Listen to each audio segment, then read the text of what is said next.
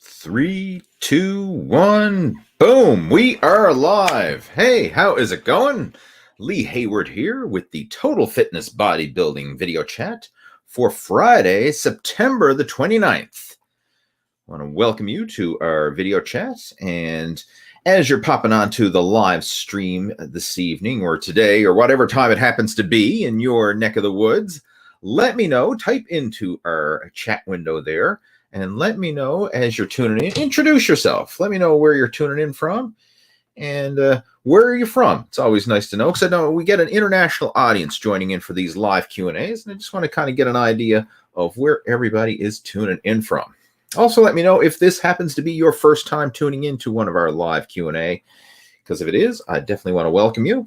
And if you are a returning viewer, I want to welcome you back. All right. Always nice to have new people joining in, and always nice to have our regulars tuning in and contributing to our conversation. All right, let's see. We have Roger joining in from Atlanta. Welcome. Glad to have you joining in, watching from YouTube. And we are streaming from YouTube as well as the Total Fitness Bodybuilding Facebook page. So both platforms. We have Lee Dunnigan joining in loud and clear. Thanks. I normally do ask for the loud and clear, but Lee's beating me to it. Thank you. Right. I'm kind of assuming I'm using the same setup, the same mic, the same setting. So I'm fingers crossed it should be coming through loud and clear, but always nice to do that double check. Make sure that it does come through loud and clear. We've got Richard joining in from Toronto. Welcome. Glad to have you joining in. Richard's one of the regulars over on our Muscle After 40 VIP coaching program as well. So nice to have you joining in here as well. So for those of you who are new to the Total Fitness Bodybuilding video chat, I just want to kind of give you a little heads up of what this is. It is basically an opportunity for us to chat, shoot the breeze, and discuss questions and topics of discussion related to fitness and nutrition, any specific challenges you may be dealing with when it comes to your workouts, with, eating plans, with building muscle, losing fat, supplementation, health and wellness, that type of stuff. Total fitness bodybuilding stuff. And what my definition of total fitness bodybuilding, it's primarily a bodybuilding based program, but we want to focus on the total picture, the total fitness, the total health and wellness, if you will, because it really encompasses more than just fitness in terms of, hey, how much weight can you lift, or how fast can you run, or how many pull-ups can you do, and focusing on the total package of your health and wellness in all areas of life. That's what we're really looking for. So becoming the best version of you, right? That's what this is about. So if you do have any questions or topics of discussion related to those things, feel free to type them into our video chat window, and I'll do the best that I can to help you out over the course of our chat. So we'll have some discussions and elaborate on those questions and topics. And if I can help, I'll let you know. If not, I won't hesitate to let you know that I don't know. Even though I've been in the fitness game for over 30 years and I've coached hundreds of people in person and literally tens of thousands indirectly online, I don't claim to have all the answers. I don't claim to be a know-it-all. Right. So if I can help you, I will certainly do my best to do so. But if not, then I'll try and point in the right direction to somebody who can. And that's something that we have the availability of, because in my line of work, I have a big network of people in the fitness industry in different areas. So if I can't help you, then I'll probably be able to point you in the right direction to somebody who can. So I won't hesitate to let you know. I have no shame in saying I don't know, right? That's something that it took me a long time to get to that point, but I think the older you get and the more experience you get, the more you know, the more you realize you don't know.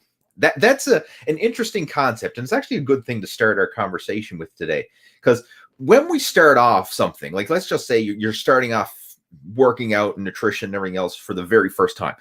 Your knowledge is this little bubble, right? I only know this much. But then once you start to expand that bubble, then you realize all this area outside of that bubble that I don't know. And then the more you learn, the more you realize there is that you don't know.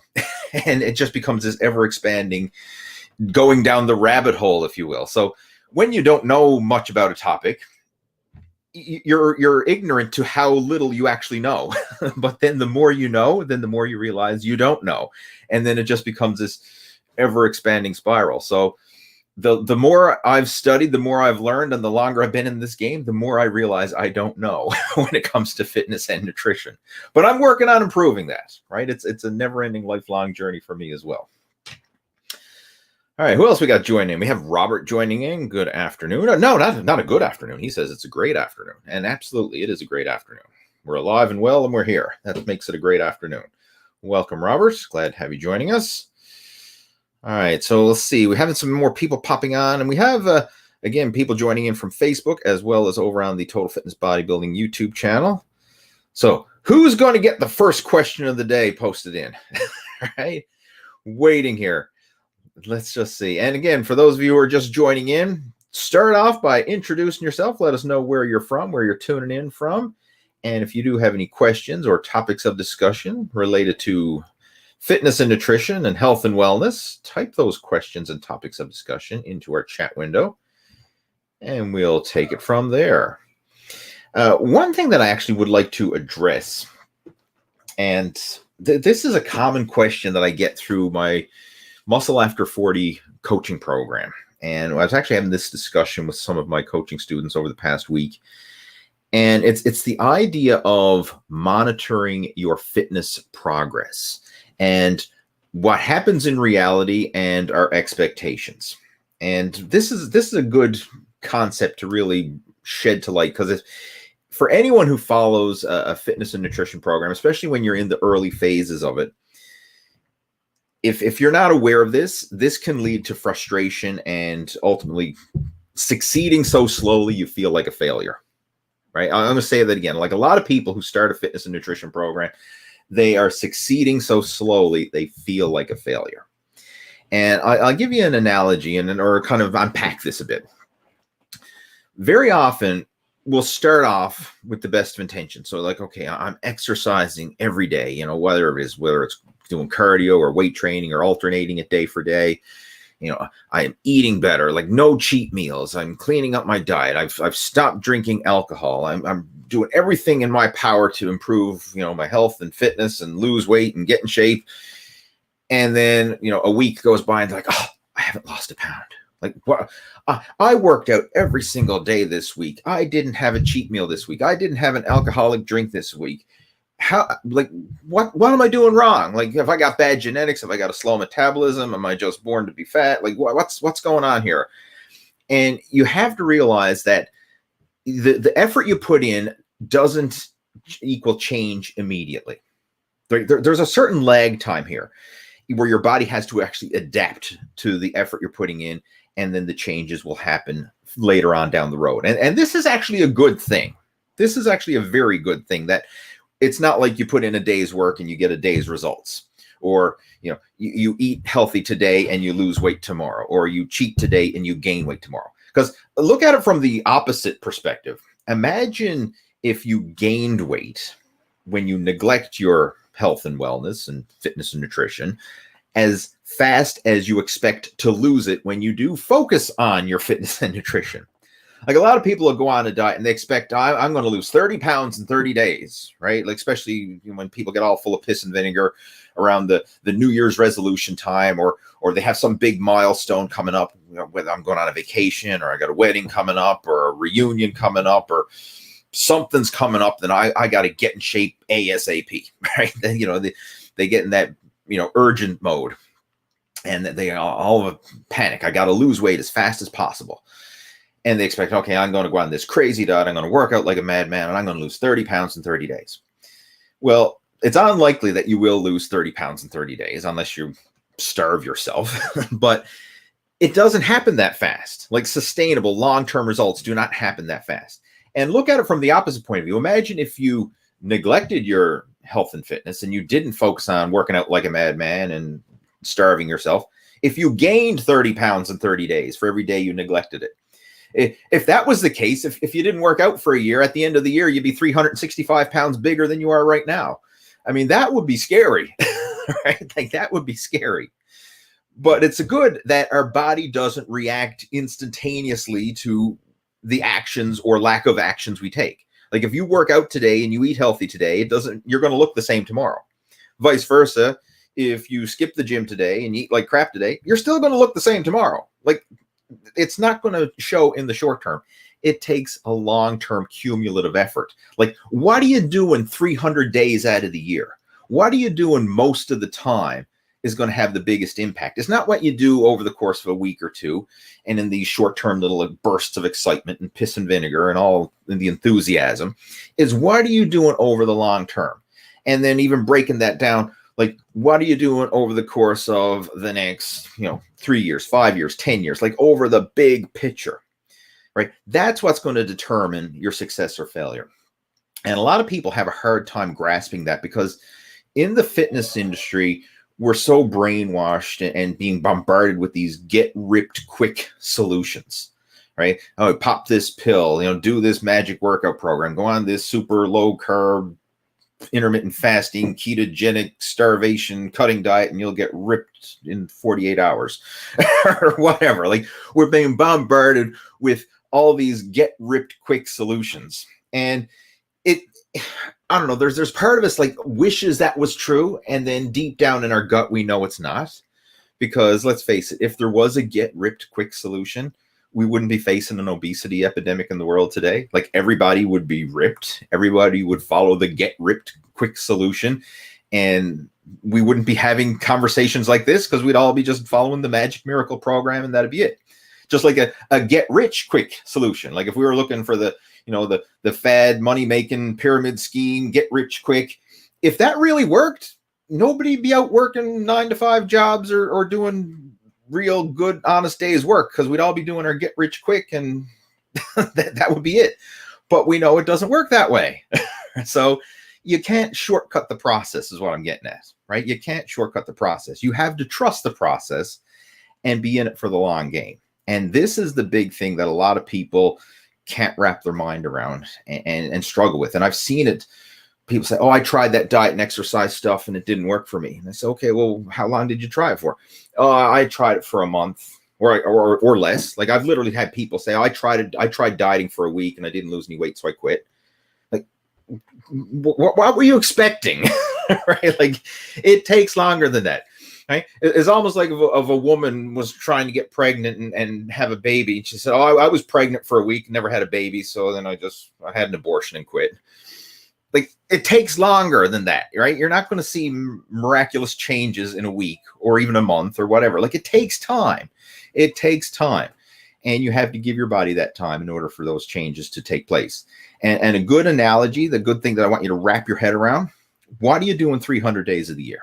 Like, what are you doing most of the time? Doesn't have to be perfect. Doesn't have to be every single day. Doesn't have to be spot on. But what are you doing most days? And that's what's really going to determine your long-term success or failure, is what are you doing most days? Are you having more good days than bad over the long term? Or are you having more bad days than good over the long term? And just look at your current status, your current health, your current shape, your current weight, your current fitness.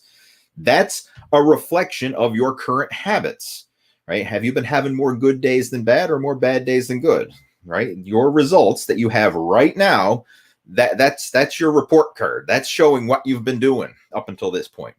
So if you're not happy with the report card, you got to change the approach, right? We got to change the ratio of are we having more good days or are we having more bad days? And it's a balancing act, right? It's not an all or nothing perfection approach. It's a balancing act.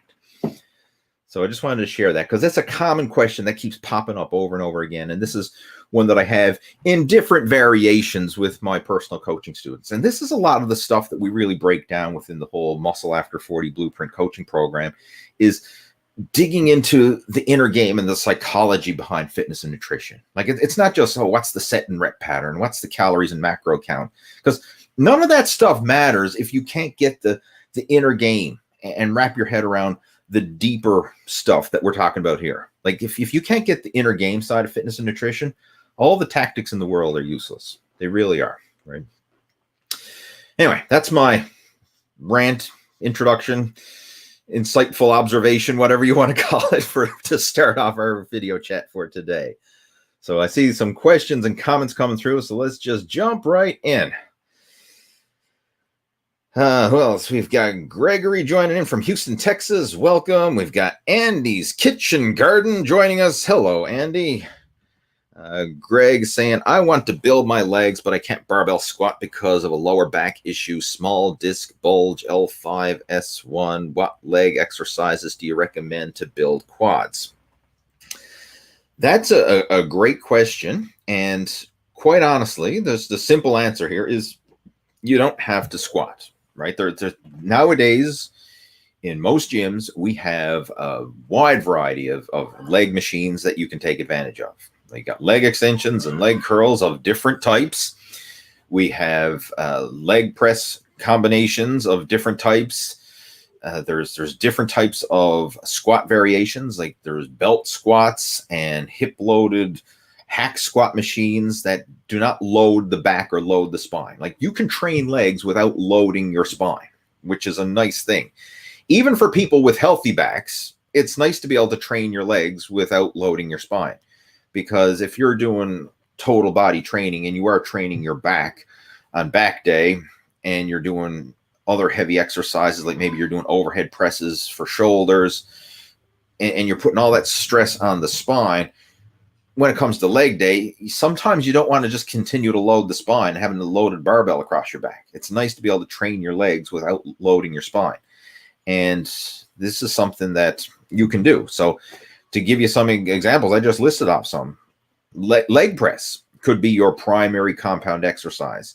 Hack squats, especially if you have these new, they're hip-loaded hack squats. I actually posted a YouTube short video a couple days ago showing it's a short video, so it's 60-second video.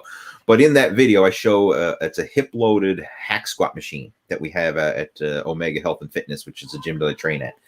I really like that. It's basically a squat variation, but you're in this angled seat, so the weight is supported on your hips, and there's no stress on your spine whatsoever or on your back. So it's a fantastic exercise. All the weight is just on your butt and hips. So it's an excellent exercise. Really isolates the quads and the hamstrings and the glutes. No back strain whatsoever.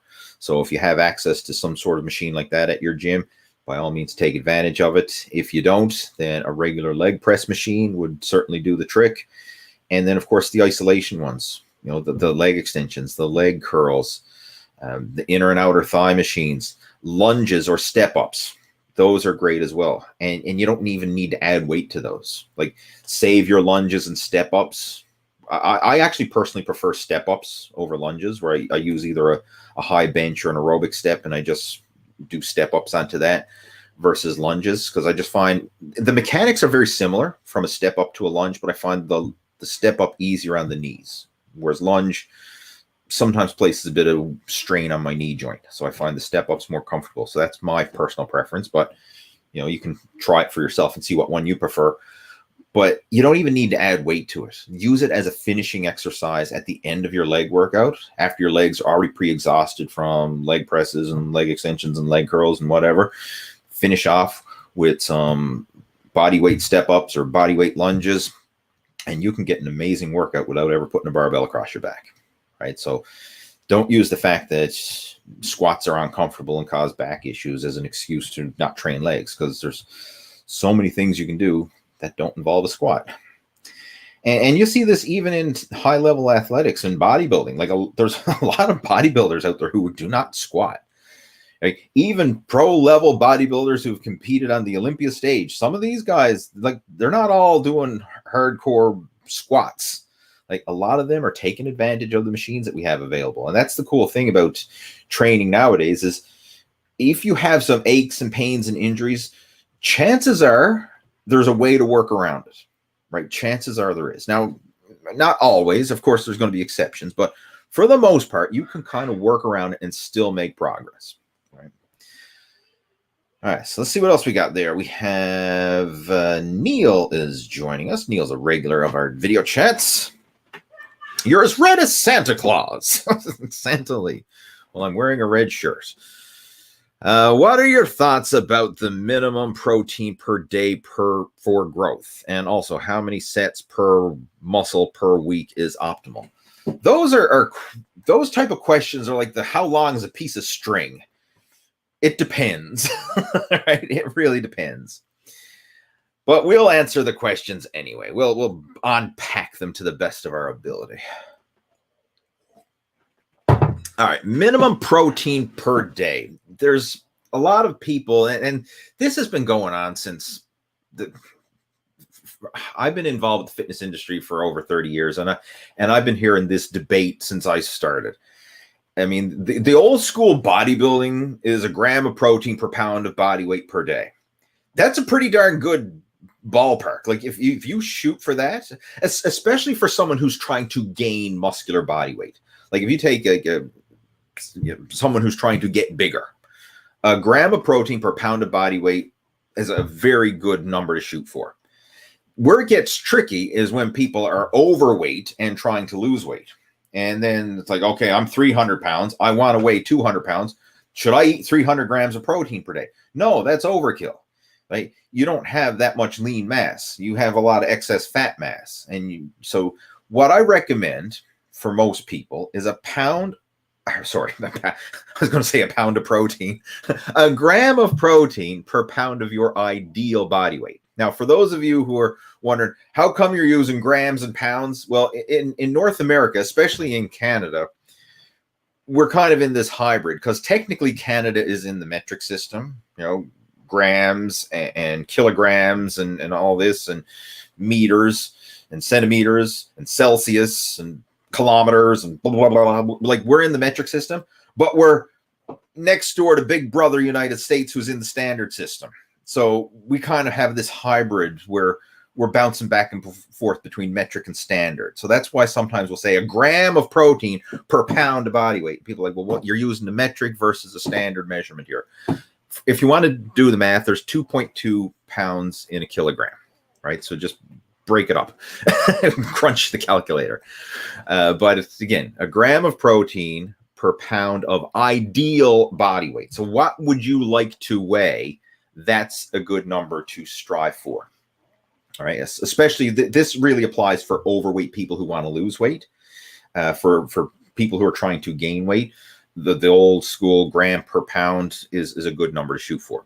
Now, there's a lot of people who've done research studies saying, oh, that's overkill, right? Science has shown you only need 0.7 grams per pound of ideal body weight or whatever. They throw out all these different numbers based on whatever research study they did with their dozen college freshmen who were guinea pigs for the experiment. Right? So bottom line, it's like, again, how long is a piece of string? It's a guesstimate, right? And what I would recommend is shoot for the minimum. Like, make sure that you're hitting the target. If you go a little more, it's not the end of the world, right? A little bit of extra protein in your diet is not going to hurt. And it's very unlikely for extra protein to get converted to body fat because protein is the most thermogenic of all the macronutrients. And what I mean by that is it takes more work for your body to break down, digest, and utilize protein than it does to break down, digest, and utilize carbohydrates, than it does to break down, utilize, and digest fat. Fat is the easiest one. It doesn't take much work for your body to eat fat and turn it into fat. It's fat. It's already fat. It's easy to turn it into fat, as in body fat. Carbohydrates is a bit more work involved, right? You got to break that down. It's got to be digested into glucose and into blood sugar and stuff. And then if you have excess, like your glycogen stores are already filled up, you're topped up with glycogen, then the excess can get converted to body fat. Protein is harder again. It takes a lot more work for your body to break down, digest, and utilize protein. And to kind of throw some numbers out there, it takes about 20 to 25% of the calories consumed from protein for your body to digest and utilize it. So if you ate 100 calories of protein, it doesn't mean you have 100 calories available for energy because, a quarter of that was used just in the digestion and utilization of that protein. So it's more thermogenic. Carbohydrates are somewhere in the 10% range. Now, these ranges will vary depending on the type of foods. Like it's easier to digest a protein shake, which is already broken down and easy to absorb versus chewing down on a T-bone steak.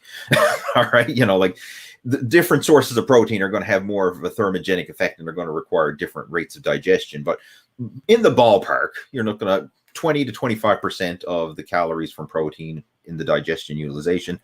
Carbohydrates, somewhere in the vicinity of 10%, give or take. When it comes to fat, that is the easiest to convert to body fat, the easiest to break down and digest. Like, it's only about 2% of the calories in fat are needed to digest and absorb the fat. So if you overeat fat, it's easier for that fat to get converted to body fat. If you overeat carbohydrates, it's a little harder, but can still be done. Protein is the least likely.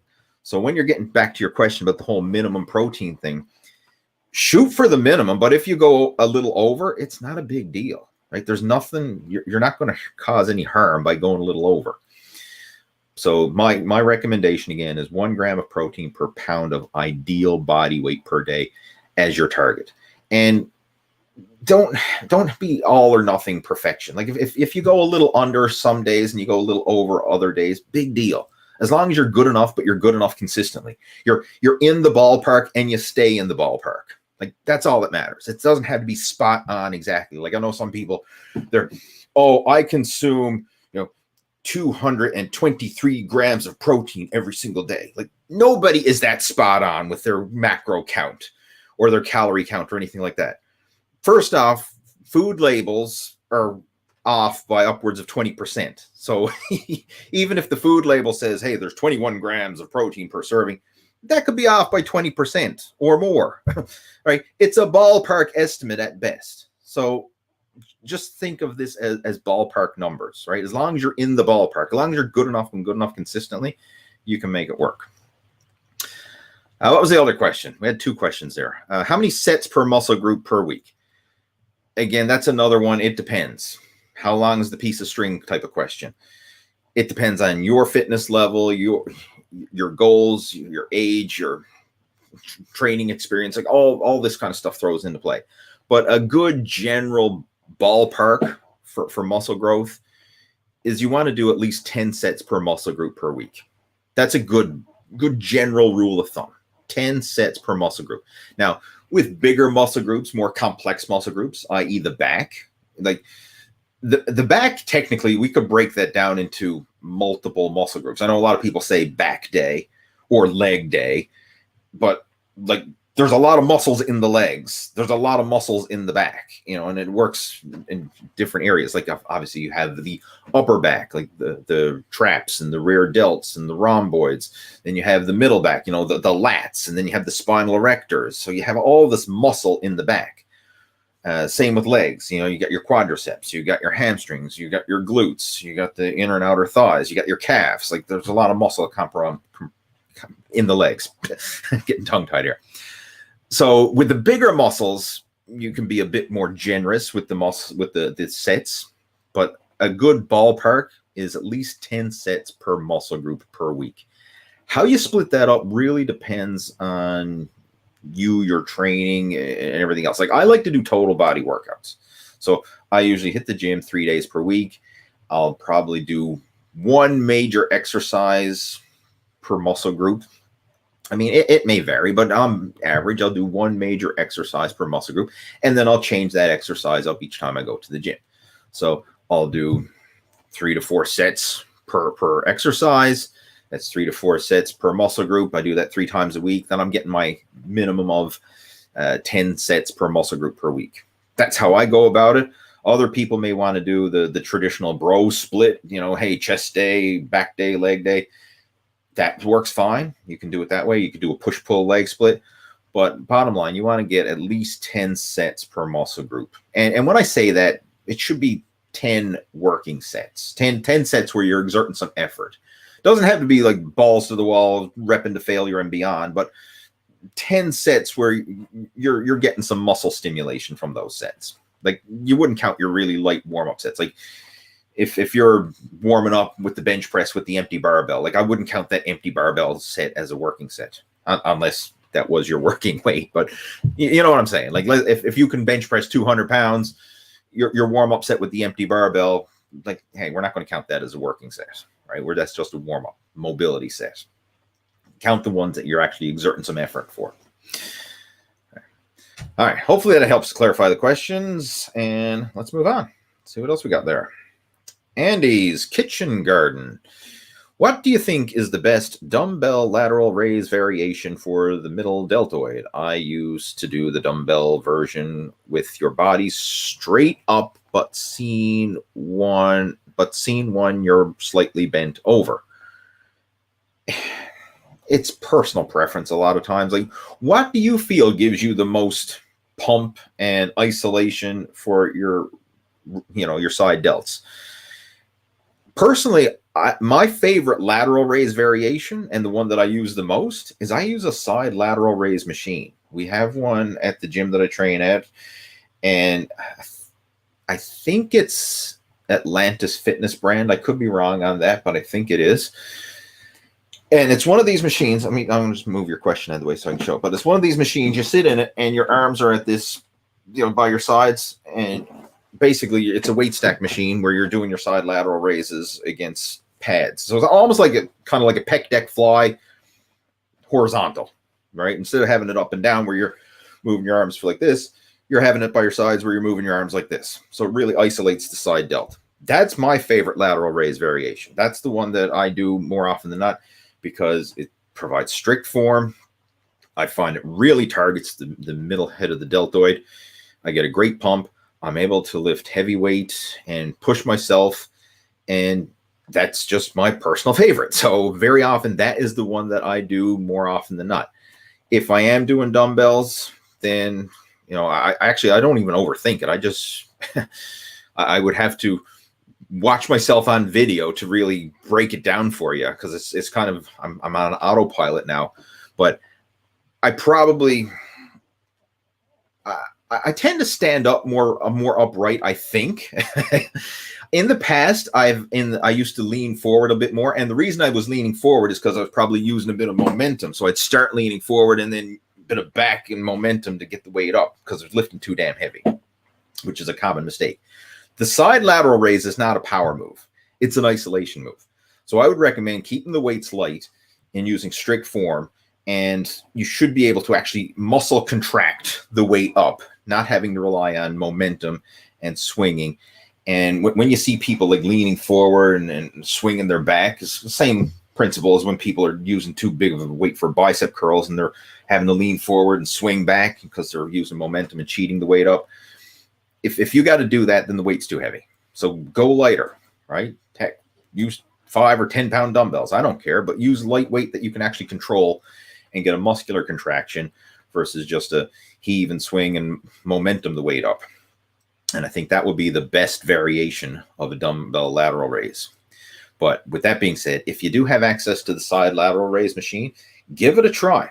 I think you'll be pleasantly surprised. It's a great exercise. I know a lot of the guys in our Muscle After 40 Blueprint coaching program, they really like that. That's one of their favorite side lateral raise exercises because, again, it's strict. Where it's a machine movement and has a chest pad and everything else, like you can't swing and momentum the weight up. Like you're locked in place. So it eliminates the body English to a great degree. And it's just a pure muscle contraction that really isolates the side head of the deltoid. If you go look at some of my YouTube videos, I'm show that exercise in one. Like there's one I know I did a video series with my father a couple of years ago. It's called the Father and Son Workout. If you go into my playlists, it's the Father and Son Workout playlist. We do that side lateral raise machine in that workout. I know that's one, and I probably have it in some of my other shoulder workouts as well. See what else we got there. Okay, another question from Andy and his kitchen garden. What's your opinion on the standing Arnold press? I've tried the shoulder machine press, but it doesn't feel comfortable. I have done Arnold presses in the past, and I kind of did it as a novelty because, hey, it's the Arnold press, and Arnold supposedly did it back in the day, and blah, blah, blah. But it wasn't a favorite or a staple of mine. I like just doing regular dumbbell presses or barbell presses or machine presses. This twist in your hands as you go through the motion. If you like it and you find that it gives you a good pump and you enjoy it, hey, by all means do it. But for me, I just like to just keep my hands in the same position and just focus on doing this straight up shoulder press. That's my personal preference. Right. If I'm using a machine, sometimes the machine will have the angles where your hands are to the sides like this, and then they'll have the ones where your hands are more like this parallel grip. I'll probably alternate or switch it up. But other than that, I don't. Again, this is just my personal preference. I'm not saying it's right, wrong, good, or bad, but I personally don't do the Arnold press. And you asked my opinion on it, so that is my opinion. It's a novelty exercise, if you will. That's the way I look at it. I just prefer the straight up shoulder press. That's what I feel works the best for me. But try both. And, you know, if you find the Arnold press comfortable, like maybe that twist and rotation and supination of the wrist as you're pressing, maybe that works for you and your shoulders, and it's comfortable. And if it is, and you get a good pump, then hey, go for it. Right? That's the thing about exercise is like just because an exercise works for one person or one body type doesn't mean it's going to work for every person or every body type. You know, like we have we have that luxury, if you will, to pick and choose the exercises that work the best for us. And that's why I'm not one of these all or nothing fixed mindset people who say like everybody has to do this exercise or everybody has to do that or everybody has to squat or everybody has to do whatever. No, like you can choose the exercises that work for you. Right? The only time you would have to do a specific exercise is if you're like a competitive power lifter. Okay, you have to squat, you have to bench press, you have to deadlift because that's powerlifting. If you can't squat, bench, and deadlift, then you can't powerlift. Or if you're Olympic lifting, you know, you have to snatch and you have to clean and jerk, right? Because that's Olympic lifting. So that's the only time you have to do a particular exercise. But if you're just building your body for the sake of improving your overall health and fitness and to build muscle, improve your strength and mobility and get healthy, you don't have to do any exercise. You just have to work the muscles in a progressive overload fashion, whether that's machines or free weights or body weight or a combination of all of the above. But if something doesn't feel right, you don't have to do it. You have the freedom and the flexibility to do another exercise that you prefer or another variation of that exercise. You know, like maybe a barbell shoulder press doesn't feel good, but a dumbbell shoulder press does. Or maybe a machine shoulder press does. Or an Arnold press or whatever. Like you can choose the one that works for you and feels the best for you. All right. Yeah, we're having a full buffet from Andy's Garden Kitchen or Kitchen Garden. I used the UK version of the Versa grips for the first time yesterday. There is a massive difference when doing pull workout. Just a bit annoying trying to write down my results on my workout book. The Versa grips, UK version of Versa grips. I'm drawing a brain fart here. I'd have to look up what you're talking about here. Versa grips. Versa grips. Is this like the grip assist? Yeah, okay. Hooks. I guess that's what you mean. Versa grips. For the benefit of everybody, I'm going to share my screen because there's bound to be somebody watching this right now and they're like, "What the hell is a Versa grip?" So I'm going to share my screen just so you can see it.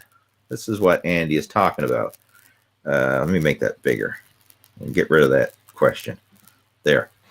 That is. It's basically just a grip assist. Like back in the day, we had straps. Nowadays, you got all these funky things. You got hooks, right? You know, like there's ones. It's not a Versa grip, but same idea. You know, it's this lifting hook. It's just something to help assist your grip. And hey, it can certainly help if your grip is a limiting factor or you have some mobility or injury issues that prevent you from gripping the weights, then hooks, straps, or any type of grip assist can certainly help, right? It's another tool in the toolbox. All right. Okay, let's see what else we got there. And he was saying he said he tried the Versa grips for the first time. There's a massive difference. Yeah, I can certainly appreciate that. A bit annoying trying to write down my results.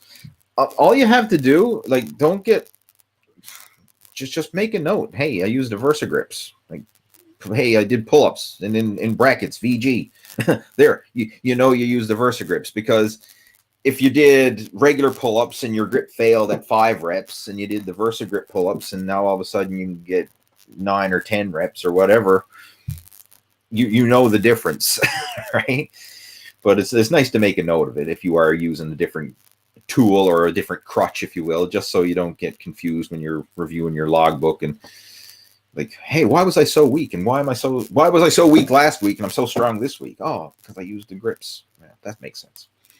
Right? But just make a little note.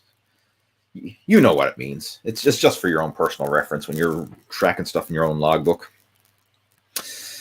We have Brando and the New Romantics saying, hey, Mr. Lee. Well, hey, Brando and your New Romantics. Welcome to the video chat. Would you add a hex bar deadlift on a leg day or a pull day? Currently doing the order of a pull push legs. It really depends. This is the way I would go about it if it was me. If I was doing squats on leg day, I probably would not do a deadlift as well, because that's placing a lot of load on the back, right? So I would probably, if I was doing squats, I would probably want to do my deadlifts, even a hex bar deadlift on the back day, space it out, right? That's probably how I would do it.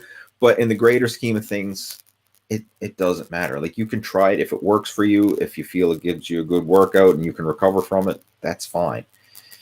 One thing that I will say, though, as you get stronger, as your fitness increases, your strength increases, the level of damage you put on your body also increases. So you may get to the point where you can't handle squats and deadlifts even in the same week, let alone the same workout.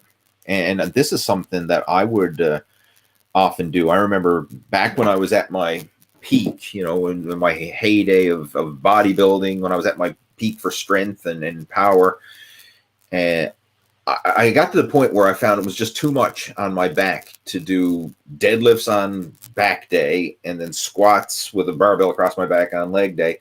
So I would alternate them week for week. So one week I would do deadlifts, and then on leg day I would do something like a leg press where I was training the legs without loading the spine. And then the following week I'd switch it up. So, okay, I would do squats on leg day, you know, loaded barbell across the back, but I wouldn't do deadlifts. I'd do other row and pull down and pull up variations instead. So I wasn't loading the back twice in 1 week, if that makes sense. Like, I found doing heavy deadlifts and heavy squats, it was just too much for me to recover. And then, you know, the couple of days rest in between or whatever just wasn't enough. My back was not fully recovering. So I would space it out. And so 1 week would be a deadlift week. Next week would be a squat week. And then to fill in the gaps, I would do other assistant exercises that still trained the back and still trained the legs, but did so without deadlifts and squats. So that's something that you may have to consider, right? Depending on your own fitness level, your own, how your body responds.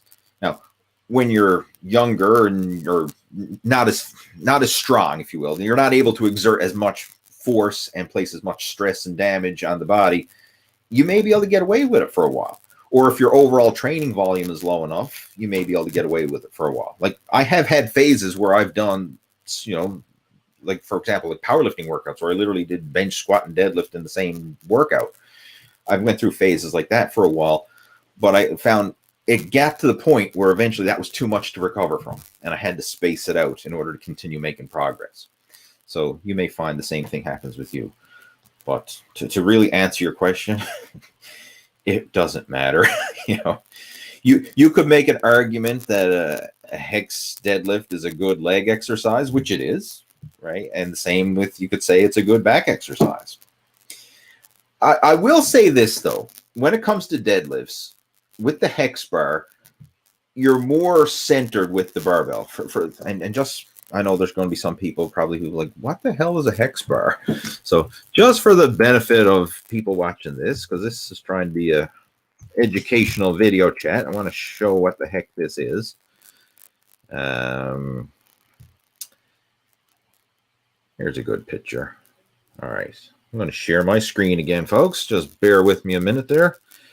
present, share screen, share the screen, hex bar, done. That should be popping up on your screen, hopefully. All right, that is right here. So let's try and make that as good as possible. That's a hex bar, right? It's this hexagon shaped bar that you stand in the middle of and do your deadlifts. This centers the weight. So like when you're doing a barbell deadlift, the weight is in front of you and you have to pull it back, and it places more of a load on your back, your spinal erectors, to lift the weight up. When you're doing a hex bar deadlift, you're more centered and you almost squat the weight up, straight up and down, right? Like your back is still coming into play, don't get me wrong, but it's not, there's more leg emphasis than there is back emphasis with a hex bar versus a barbell deadlift. So because of that, you could make an argument that, hey, this is a good leg exercise. And this could be an alternative for someone who can't do squats. For some reason, like if for some reason squats bother your back, your neck, your traps, you just can't do it for whatever reason, this could be an alternative to a squat because it's still a similar movement. Like the deadlifts and squats both work the legs, they both work the hips, the hamstrings, the glutes, the quads, the spinal erectors, all the same muscles. It's just a deadlift tends to have more back emphasis and a squat has more leg emphasis, but they both work the same major muscle groups, right?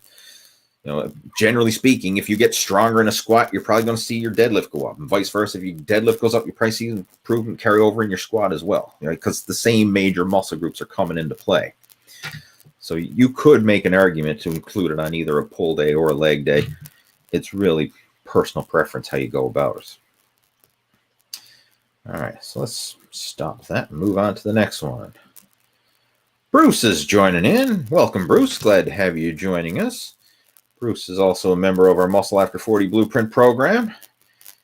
Making some great progress over the last few months as well. So again, thanks for joining in. Glad to see you tuned in live with a big hashtag live.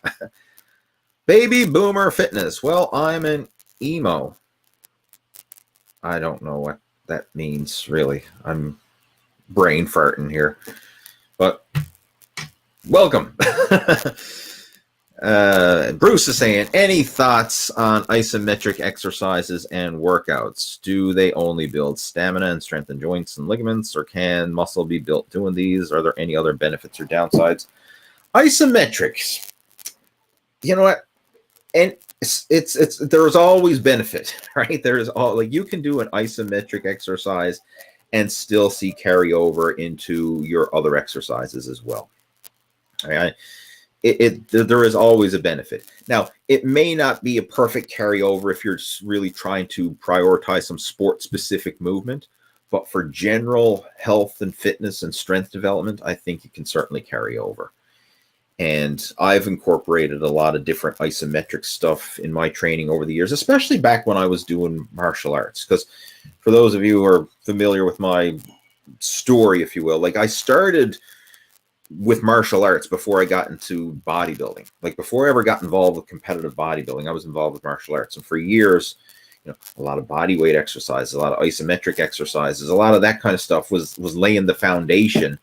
And that's what led me to strength training, weight training, right? And one of my martial arts instructors back in the day, he lifted weights, and he was like one of the only adults that I knew who actually lifted weights. I remember back in this was back, oh my God, when was this? Back in the early 90s. And this before the internet, right? There was no internet back then. And he had a 1 rep max bench press of 300 pounds. And that just boggled my mind. Like to me, that was like the world's strongest man caliber. Like I couldn't even fathom, wow, there's a human being who can actually bench press 300 pounds. And he had a big impact on my martial arts training, as well as getting me involved with weight training as well. So, you know, I used to train with him back when I was, you know, we used to do martial arts training in the dojo, and then he had a basement home gym. And then sometimes like on the weekends, we'd go over and lift weights in his basement home gym. And, you know, but still, like that had a big impact on me. But we did all kinds of different exercises. That's what I'm getting at. Like we did weight training, we did isometric, we did body weight, like we did a whole bunch of different stuff. And it all contributes to your overall fitness. right? So yeah, if you want to start incorporating some isometric exercises into your training, by all means, go for it, right? You can do it. The only thing is you have to balance it out. Like when you're looking at exercise, when you're starting off, it's easy because, okay, you're doing nothing. Well, it's easy to add something in and make progress. But once you already have a foundation, like you have a program or a routine in place, you just can't keep stacking stuff on top of it and keep making progress. Like eventually, your cup is going to overflow, if you will. You're going to have too much. So you have to kind of pick and choose or cycle between what it is that you're doing. Like you can't go 100% with weight training and then go 100% with body weight and then go 100% with isometric and then go 100% with maybe some other sports or athletic performance stuff. And then if you also have a physically demanding job, which I know Bruce does, you can't go 100% with that. Like there's a limit to how much you can do. So you kind of have to pick and choose what it is. And it's okay to even cycle it. Like maybe you want to do a few weeks of prioritizing one style of training, or maybe, even a couple months, and then focus on some other elements. All right. So that's the only thing I'm going to caution you on. Like you just, if you're already, your plate is already full, you just can't keep piling more stuff on top of it and expect to make better progress. And this kind of piggybacks into another question that I've often had from people saying, like, can I follow two different workouts at the same time? Like they say, hey, I want to follow, Joe Blow's bodybuilding program, and I also want to follow, this guy's powerlifting program. Can I do both of them together and get double the results? Like, no, that's just going to dig you into a rut and lead to overtraining. You can't stack, like the man who chases two rabbits catches none. Like you cannot do two programs together, right? You have to pick and choose. And that also applies here. So just be cautious of the total volume and listening to your body, right? If it feels like you're doing too much and you're getting burnt out, you're sore, you're tired, and you just don't feel like you're recovering, then you probably aren't. And you might need to scale back the volume a bit. All right. What else we got there? Moving on. Baby Boomer says, your program is working. I am down 20 pounds in 2 months. Thanks. Congratulations, man. That is huge progress. That is phenomenal, actually. I mean, 20 pounds in 2 months. Congratulations. I give you a virtual pat on the back and everything else, but I'm just going to give you a heads up. Like that rapid results, and I consider 20 pounds in 2 months to be very rapid.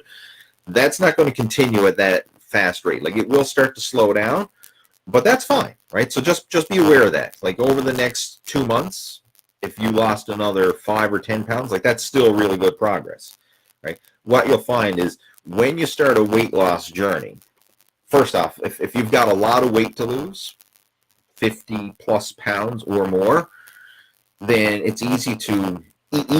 It's never easy, but it's easier to lose weight rapidly the more you have to lose.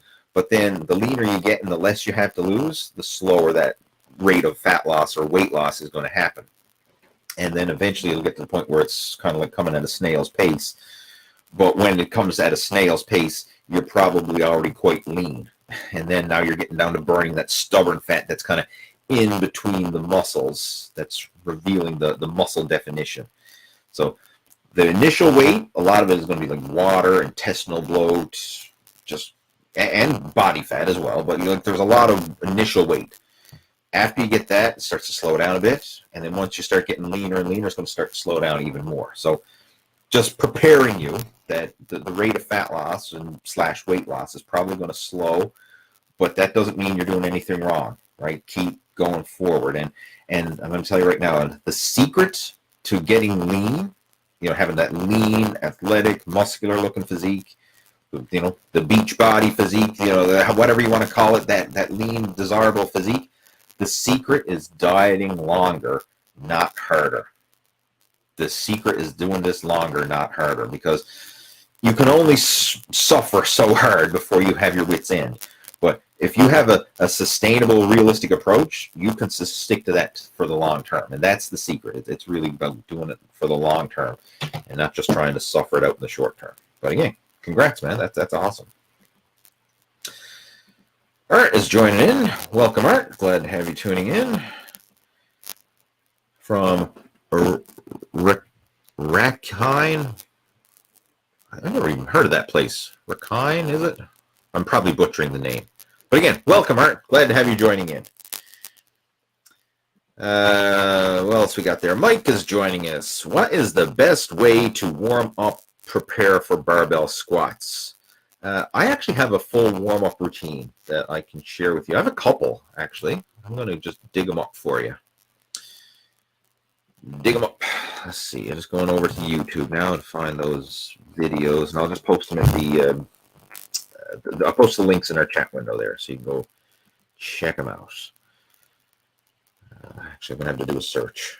Give me a second there. If I do a search for...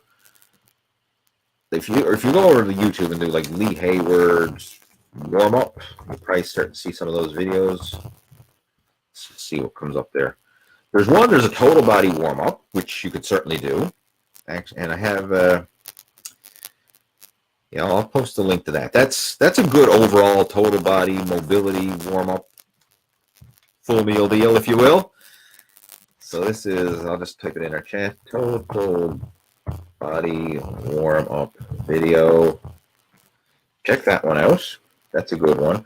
But I have a specific one for the knees, i.e. squats, because that's basically what you want to warm up, like your knees, your hips.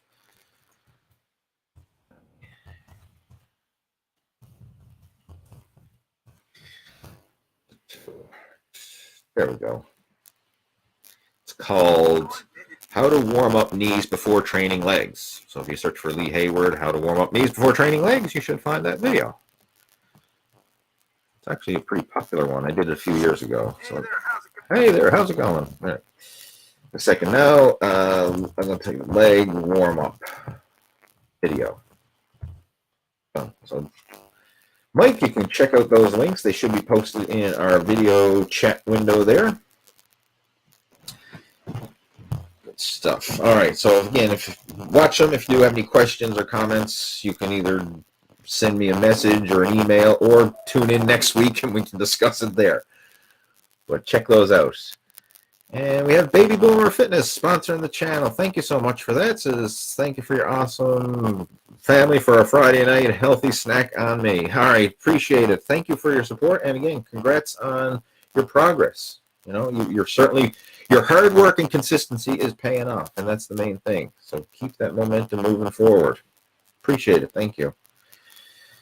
What else we got there? I lost my spot in the chat,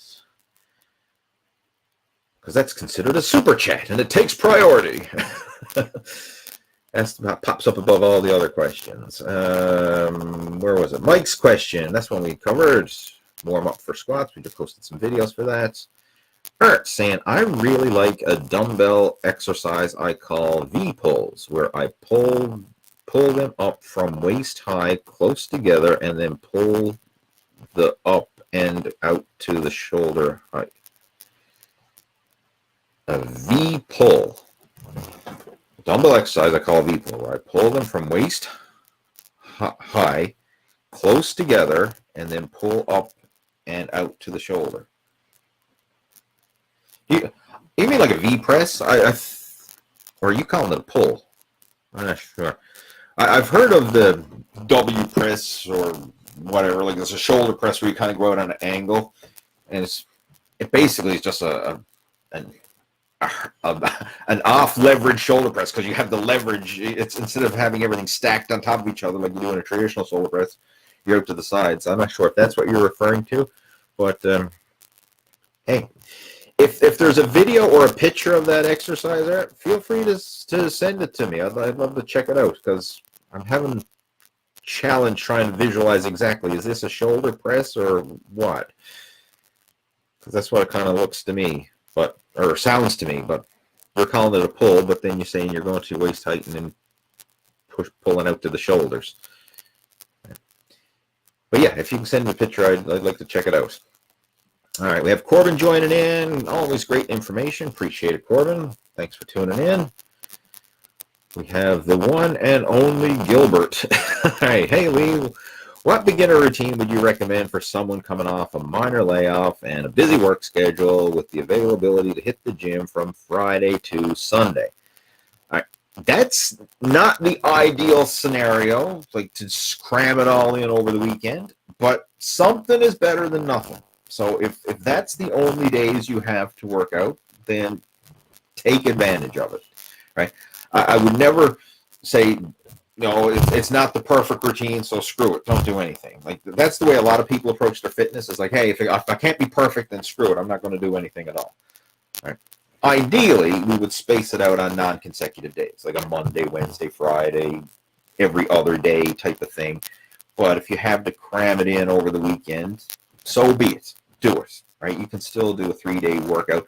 At least you got a lot of rest and recovery leading up to the next weekend when you do it again. And you can still make progress with a crammed workout like that, where you bunch your workouts together in one block and then have a block of rest and recovery. Actually, one of my coaching students I was working with, he works as a truck driver doing shift work.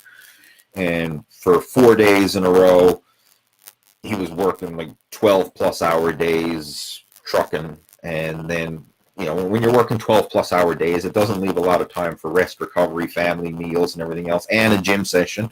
So during his 12-hour-plus days, he didn't go to the gym. But then he had a block of several days off in between each of these block of 12-hour work shifts. So he would do all his workouts in that off block.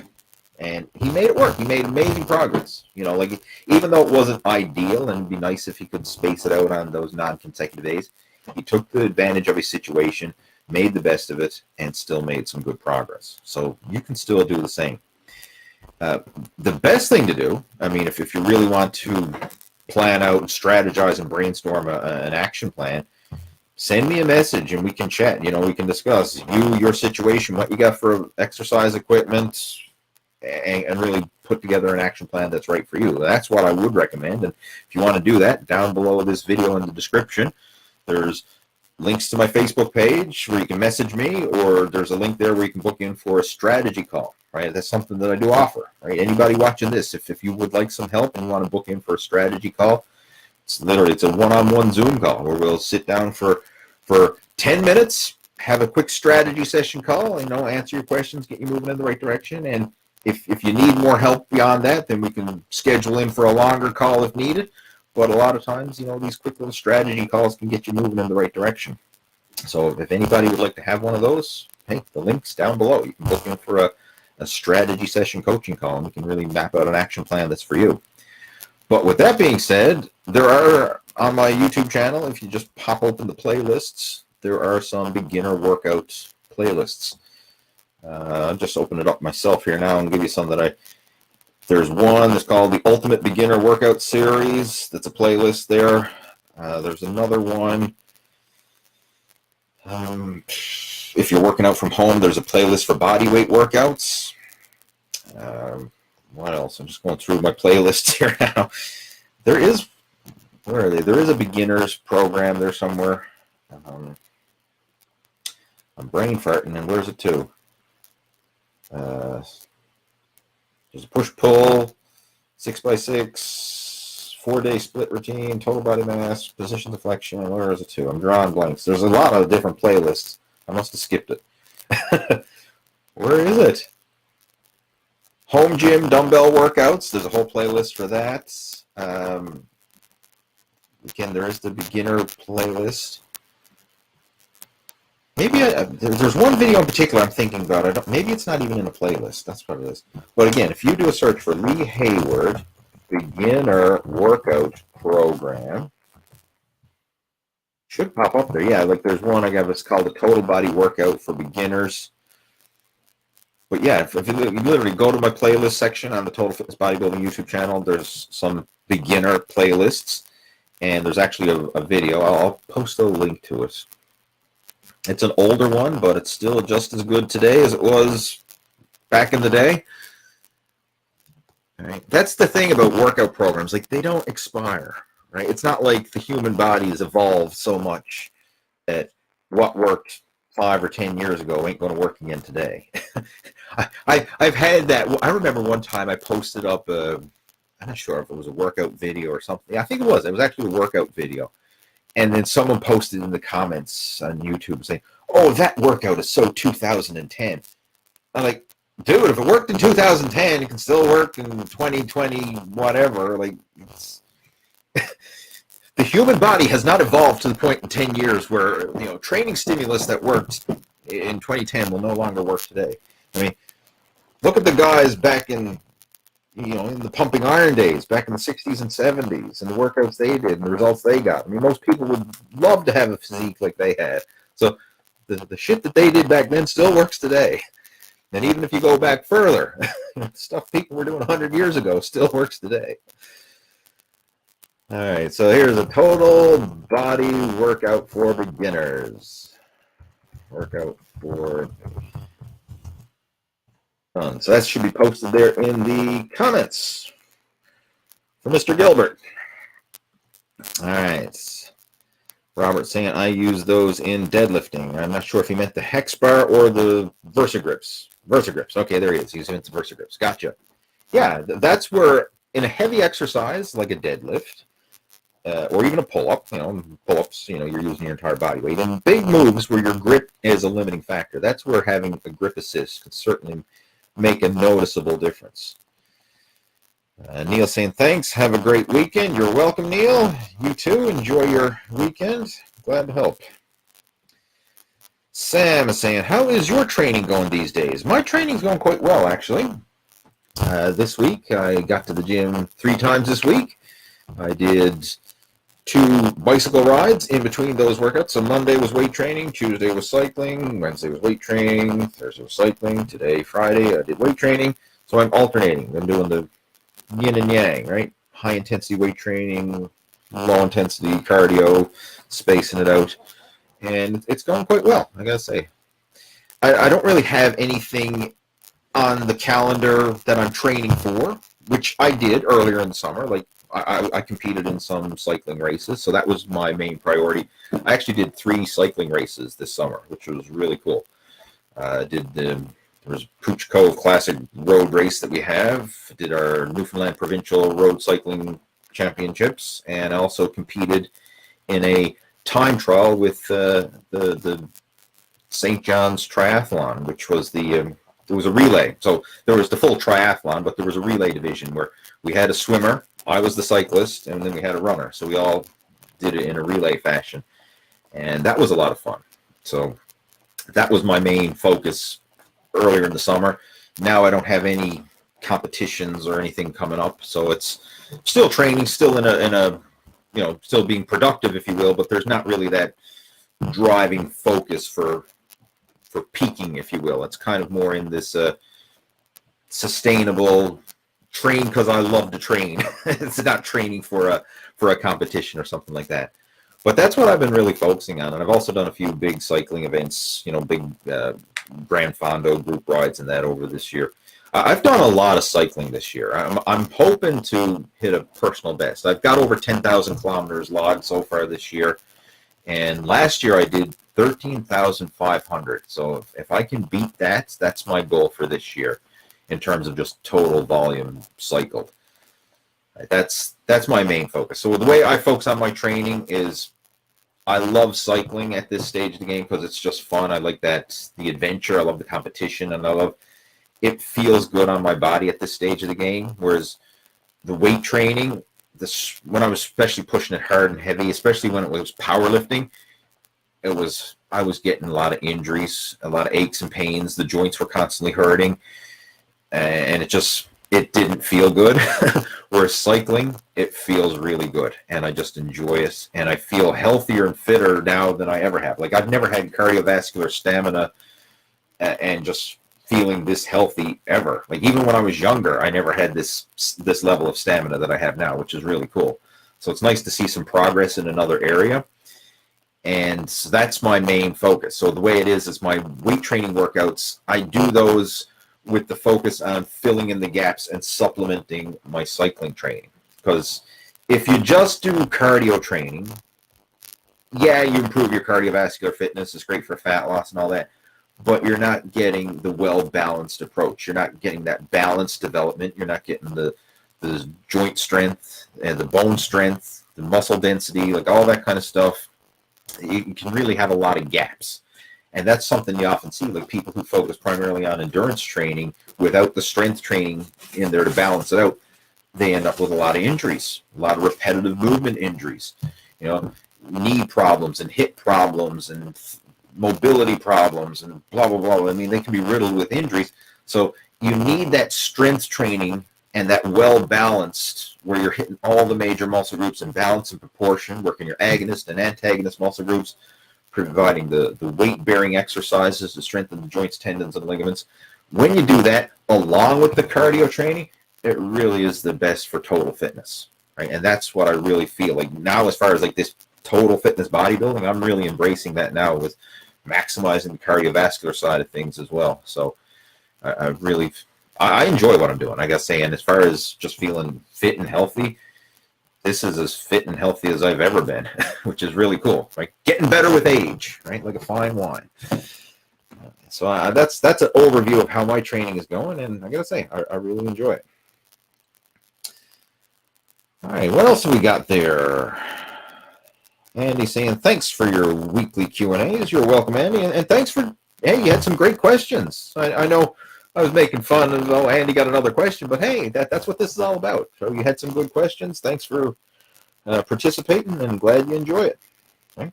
Tune in again next week. keep the conversation going. And Mr. One and Only Gilbert saying, awesome, thank you. You're welcome. Glad to help. And Baby Boomer saying, thanks for all you do. You're welcome as well. And I think that's all the Q&A that came through. And this actually works out good because we're just past the hour mark. So I always say I'm going to do these video chats for an hour-ish.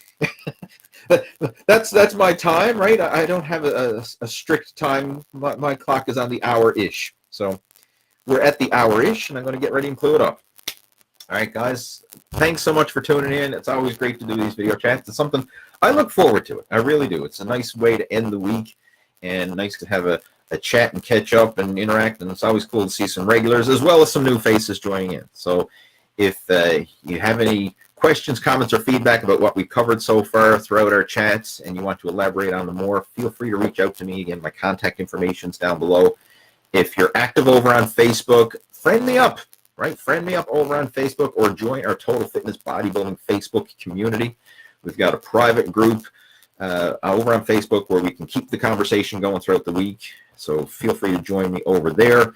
Again, the link's in the description below, or you can just head on over to Facebook and search for Lee Hayward's Total Fitness Bodybuilding Facebook group. Right? So there's a Total Fitness Bodybuilding Facebook page, and there's a Total Fitness Bodybuilding Facebook group.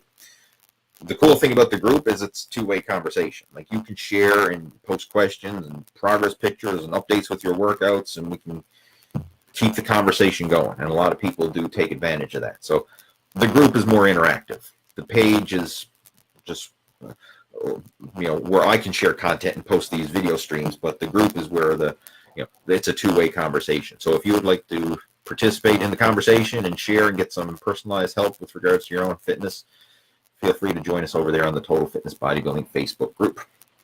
And in the meantime, I'm going to get ready and clue it up. And have yourself a fantastic weekend. And I'll be back here again, same time, same place, next Friday, live at 5. We'll have another Q&A. Enjoy your weekend. Take care. Over and out.